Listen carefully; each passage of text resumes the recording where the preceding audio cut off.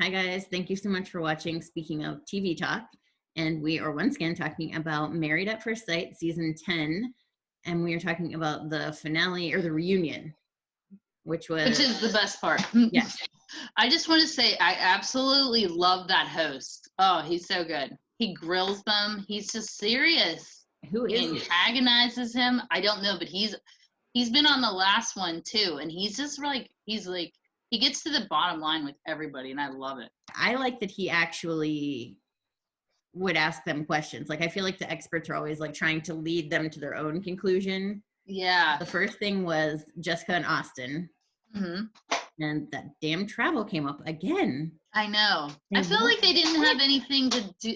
They didn't have anything to really grill them on. I mean, I think we saw what we were going to see with them. You know, they were just there for being part of the audience almost. They were like, right. Why are we even here? Right. Yeah. Because I was just like, how much more can we make out of this? Like, next they're going to have to start having to share like his Delta mile statement or something. I know. Because they're really like focused on this travel a lot. And I don't think it's that big of a deal. I don't either. But I was glad that they, and they keep asking them like about kids. They've said from the very, like, since the honeymoon episode, 2 to 3 and 2 to 3, come on, accept it, move on. Nothing. But this show was like the Jerry Springer show. Like, I don't even know why those two are on there. It worked out really well for them. They stayed out of all the drama. They were viewers in that too. So with that, I think we can move to Zach and Mindy, because Jessica and Austin, not much more to say about that. Right. So, Zach and Mindy, I was really disappointed that they didn't talk to them more. I know. And I felt like Zach was hiding behind her the whole time. And I felt like, why in the world, like we just talked about, that host did go pretty hard on some of those people. Not on Zach and Mindy. I know. Like, he didn't, like, I wanted to be like, are you dating now? Who are you dating? Yes. What are you doing? What were you thinking? I feel like they were like, well, you guys divorced. So you decided halfway through the season. Did you have sex with Mindy's friend? Right. Yeah. I wanted to hear the dirt on Zach. Did you bang that girl at the wedding? Yeah. Or after? Yes. What have you been up to, creepy? That's what I want to say. What have you been up to, creepy? Is he dating anybody? Right. Yeah. Is he still talking to Mindy? Like, why are they still, like, in some ways very, like, cordial to each other? Like, why are they like this? Are they still talking to each other? I don't know. It's like the most amicable non-divorce I've seen. I know. It's very bizarre. Yeah. So then we saw Katie and Derek. Yes. Now, okay, can I say, I went back and I watched one of our old videos, and I said, first of all, as you said last week, I've been pretty accurate about saying this bitch is nuts. Yes. And second of all, I said on the one about where we made our predictions, I said they're going to stay together. I said she's going to make them sweat it out over a commercial break. They're going to stay together, and they're going to get divorced 6 months later, much to his chagrin. And that is what happened. Yes. Because she's nuts. And you kept saying she's obsessed with this ex-boyfriend. And here it is. She's with the ex-boyfriend. They went on a trip. Her and Derek went on a trip to Nashville. I know. And, like, his present that he bought for the 1 month anniversary, they go on this trip, and that's where she decides to tell him that she wants to separate. I know. And she's with her ex-boyfriend. I know. Poor timing, Katie. Poor timing. Right. I mean, what a heartless bitch. I know. Vain attempt through the Nashville weekend, woman. I love that Derek said that, Katie made it easy not to have a broken heart. I loved that. Thank you for bringing that up, because I forgot that, and that was my favorite part of that episode. Yeah. I mean, good for him. It real easy. Yeah. And I was like, ooh, I actually said that out loud. I never talked to my TV, but I was like, ooh. Yeah. Like, Derek's mad. Derek is mad. Yeah, I was just like, she's out there. And then, I don't know, the whole thing, like, she's like, we weren't compatible. Did you not know? Why are we dragging this on? It's not the cameras that's hindering things. It's that you're a bitch. Yes. That's the problem. It's not Derek. It's not the cameras. It's not the producers. It's not the experts. It's you, crazy woman. She likes to put herself, like, up on some pedestal. I know. It's just, like, amazing, because she's then going to end up with somebody that's going to treat her like crap, and she's going to love that guy. Mm-hmm.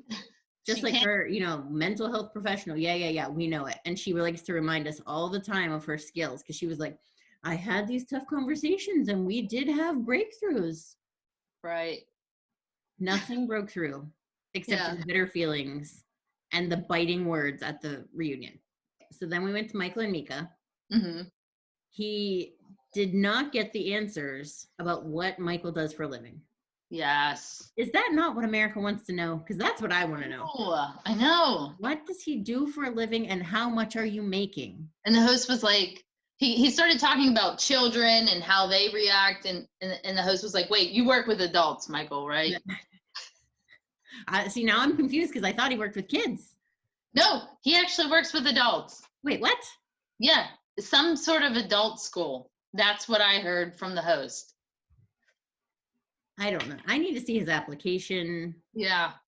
Let's hire an investigator. We need to do a back. I know. I need these answers so I can provide them to Mika. And I was trying to figure out, like, is Michael so hurt by her that he's shutting down? Like, I was trying to get a feel for him because he had nothing to say. He was aloof. He just was totally like, he totally did not know how to respond in this reunion. He had no backbone, nothing to say. Meanwhile, Mika is still taking credit for this, even though saying like he was dishonest, blah blah blah. And I realize how much I put up with. Mm-hmm. But she's also like, I was too harsh sometimes. And I'm like, lady, you have nothing to, like, maybe when his uncle died, you should have been cool about that. Yeah. But I mean, come on. You've like bent until you could break, lady. You're done. You've met your requirements. You've checked every box. Don't be hard on yourself. Yeah. Like the crazy one here. Yeah. Like, I don't know where they found him. He's just so odd. Is it not surprising that he actually had the initiative to sit through that interview process, I know, fill out an application, sit in a room, talk to people, go through multiple rounds of interviews with experts, and probably even psychological evaluations? Mm-hmm. How did he make that through? How did he stick with it? Because he stuck with that interview process longer than he stuck with his marriage in this show. I know. With more than one job. Again, he had 3 jobs in the span of the first 7 weeks of the 8-week experiment. Yeah. There is nothing about him makes sense. I spent far too much time thinking about why nothing he does makes sense. I know. And I love that, like, they still went back and said, Michael, you don't look like a yoga instructor. That's so funny. Okay, so switching to Taylor and Brandon. Yes. Okay, so they both have restraining orders against each other. I'm not sure what happened. I feel like I need to judge Judy. Yeah. Because like she went to the bar that he normally works at, and I'm assuming he's like going there and like passing out like beer flyers, or I'm not really sure what kind of beer distributor. So I thought he was like working for like Budweiser, going and distributing to different different bars and stuff like that. Yeah.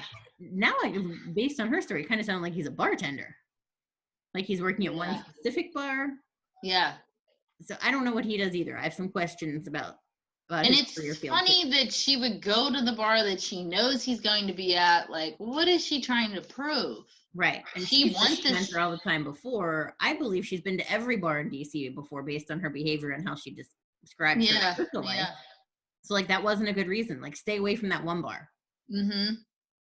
And I think she just loves to try to get any type of reaction from him. Like we saw from the Instagram video, like she just loves to cause drama and wants to see if she can get him riled up, I think.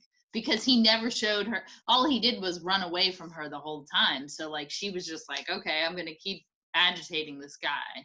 Maybe she feels like that's love. Like that's his way of showing affection. Yeah.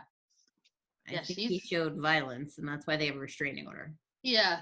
Which, might I also add, I also predicted. Yes. Because I've been saying he's been a scary guy. Yeah. I wouldn't trust him. I don't know. I don't even know that I'd want him like with a lead pencil. He makes me a little nervous, Yeah. He seems like he's just ready to attack at any moment. And this build up angst. Yeah. But then they had the group gathering of all the people coming back to talk, and I thought it was unfair this is the one time I'm on Michael's side. I thought it was unfair that they kept asking Michael about Brandon. Yes. And I'm like, why? Like, he's not Brandon. Like, Michael doesn't do a good job talking about his own life.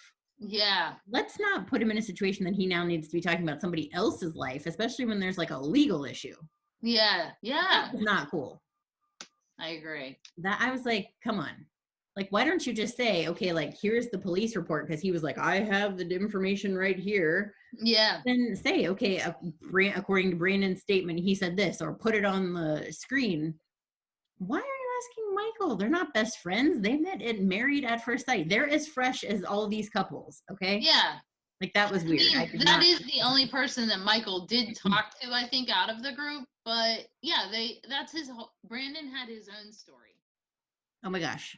How about Katie and Zach? Oh yeah. Yes. Wait, what? Like, I know. Like, that's all I could even do. Like, I just have a facial reaction to that. I know, because the eyes were going to Taylor and Derek, right? Everybody was looking at those two. Right. And I was too. I was like, that has to be it. I was hoping not, because I was like, come on, Derek, don't let me down. Don't let me down. I know. But then Zach, you're like, and then he lied about that because he said that it just kind of happened. But then Katie was like, he invited me. She's such a troll. What are you doing? Like, and by the way, you're friends with Mindy. I know. And Mindy, how many lashings can this girl take? I mean, come on. Husband, best friend, other friend from this show. Like, come on. But it was great. So I'm glad that we watched it. Now I can't wait for the next season. I know. I can't either. So thank you guys for watching. Bye-bye. Bye.